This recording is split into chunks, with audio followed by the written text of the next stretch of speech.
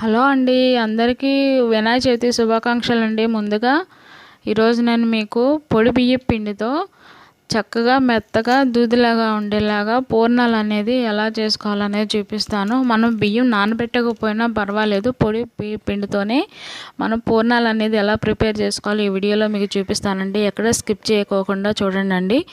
ముందుగా మనం ఒక గ్లాస్ మినపప్పు అనేది నానబెట్టేసుకుని అది 6 అవర్స్ నానబెట్టుకుంటాం కదా. నానబెట్టుకున్నాక శుభ్రంగా కడిగి వేసుకొని పక్కన పెట్టుకోవాలి. ఇలా శుభ్రం చేసిన పిండిని గ్రైండర్లో వేసుకుని మెత్తగా ఇడ్లీ పిండి ఎలా రుబ్బుకుంటామో చాలా మెత్తగా రుబ్బుకోవాలండి. గ్రైండర్ లేని వాళ్ళు మిక్సీలో కూడా రుబ్బుకోవచ్చు, కొంచెం జోరుగా అయినా రుబ్బుకున్నా బాగుండిద్ది. ఇలా రుబ్బుకున్న పిండిని తీసుకుని గిన్నెలో పెట్టుకోవాలండి. తర్వాత పచ్చిశనగపప్పు ఉండిద్ది కదా, పచ్చిశనగపప్పుని మనకి ఎంత కావాలో అంత క్వాంటిటీతో తీసుకుని దాంట్లో మనం శుభ్రంగా కడుక్కొని అందులో కొద్దిగా పసుపు, 1 స్పూను ఆయిల్ వేసేసి కుక్కర్ పెట్టుకుని 1 లేదా 2 విజిల్స్ వరకే ఉడికించుకోండి. ఎక్కువ విజిల్స్ రానివ్వకండి. చూసారు కదా, నేను 2 విజిల్సే రప్పించాను. అందుకోసం అనేసి కొంచెం గట్టిగా ఉంది. అలా గట్టిగా ఉండేలాగా మనం కుక్కర్లో పెట్టుకోవాలండి, లేకుంటే చిమిడిపోయి బాగా వాటర్ లాగా అయిపోయి. చూసారు కదా, దాన్ని ఆ వాటర్ ఉన్నాయి కదా, కొంచెం ఆ వాటర్ అన్నిటినీ వంచేసుకొని వడబొట్లు వేసుకుని చక్కగా చల్లారనిచ్చానండి.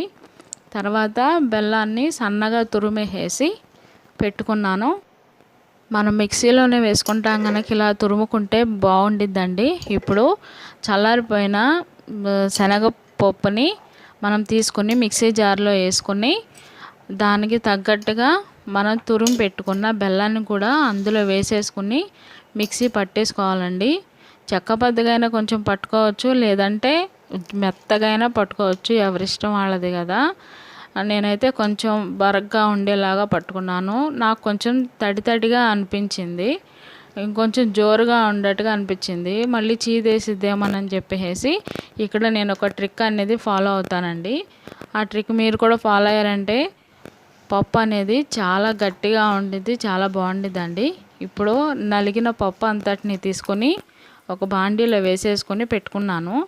ఇంకా కొద్దిగా ఉంటే అది కూడా మొత్తం పప్పు అంతా మిక్సీలో వేసేసుకుని మొత్తం తీసేసి బాండీలో వేసేసుకుని దాన్ని స్టవ్ మీద పెట్టేసి కొంతసేపు మగ్గనిచ్చానండి. స్టవ్ మీద పెట్టి మనం తిప్పుకుంటా ఉంటే ఏమైందంటే దాంట్లో ఉన్న వాటర్ అంతా అది డ్రై అయిపోయి మనకి పప్పు అనేది చాలా గట్టిగా అనేది తయారవుతుంది. చూసారు కదా, ఇలా గట్టిగా ఉందో అలా గట్టిగా అయ్యిద్దండి. అప్పుడు మనకి ఉండ అనేది చాలా గట్టిగా వచ్చింది. ఎలాంటి పప్పుకైనా సరే ఇలా కొంచెం వేడి చేసుకుంటే మనకి ఉండ అనేది చాలా గట్టిగా, సాఫ్ట్గా, టేస్టీగా ఉండిద్దండి. చాలా బాగుంటుంది. దాని తర్వాత మనం ఉండ అనేది చుట్టుకోవాలండి. చూసారు కదా, ఉండ అనేది ఎలా గట్టిగా ఉందో. ఇలా పిండి అంతటినీ కూడా మనం అన్ని ఉండల్లో చుట్టేసేసుకుని పక్కన పెట్టేసుకోవాలండి. పిండి అంతటినీ కూడా ఇలా ఉండల్లాగా చుట్టేసుకోవాలండి. చూసారు కదా, ఇలా గట్టిగా ఉందో. అన్ని ఉండలన్నీ రెడీ అయిపోయినాయండి.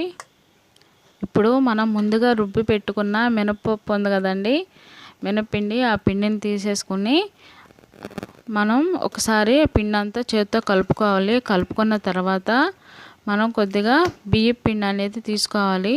బియ్యం పిండి తీసుకుని కొంచెం కొంచెంగా ఆ బియ్యం పిండి అనేది కలుపుకోవాలండి.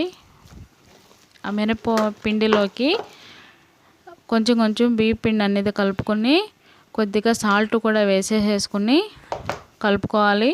మనం బాగా గట్టిగా అయ్యిద్ది కనుక దానికి కొంచెం సాఫ్ట్గా వచ్చేలాగా కొన్ని వాటర్ పోసేసి కొద్దిగా పోయండి, వద్దే ఒకసారి పోయకండి. కొంచెం కొంచెంగా వాటర్ పోసి కొంచెం సాఫ్ట్గా వచ్చేలాగా మనం ఈ పూర్ణాల పిండి ఎలా అయితే పెట్టుకుంటామో అలాగే కొన్ని వాటర్ పోసేసి చక్కగా కలుపుకొని పెట్టేసుకోండి. నాకు పిండి అయితే రెడీ అయిపోయింది.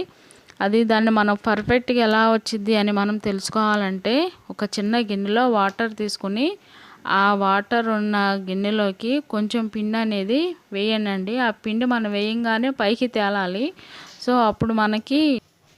అప్పుడే మనకు పిండి చక్కగా రెడీ అయిందనేసి తెలుస్తుందండి, పూర్ణాలకి యూజ్ అయ్యేలాగా. ఇప్పుడు మనం ముందుగా రెడీ చేసుకున్న ఉండలన్నింటినీ పిండిలో వేసేసుకుని ఆయిల్ వేడి చేసేసుకుని బాగా ఆయిల్ హీట్ అయిన తర్వాత సిమ్లో పెట్టుకుని మనం ముందుగా రెడీ చేసుకున్న ఉండలన్నింటినీ చక్కగా ఒకదాని తర్వాత ఒకటి అన్నీ వేసేసుకోండి.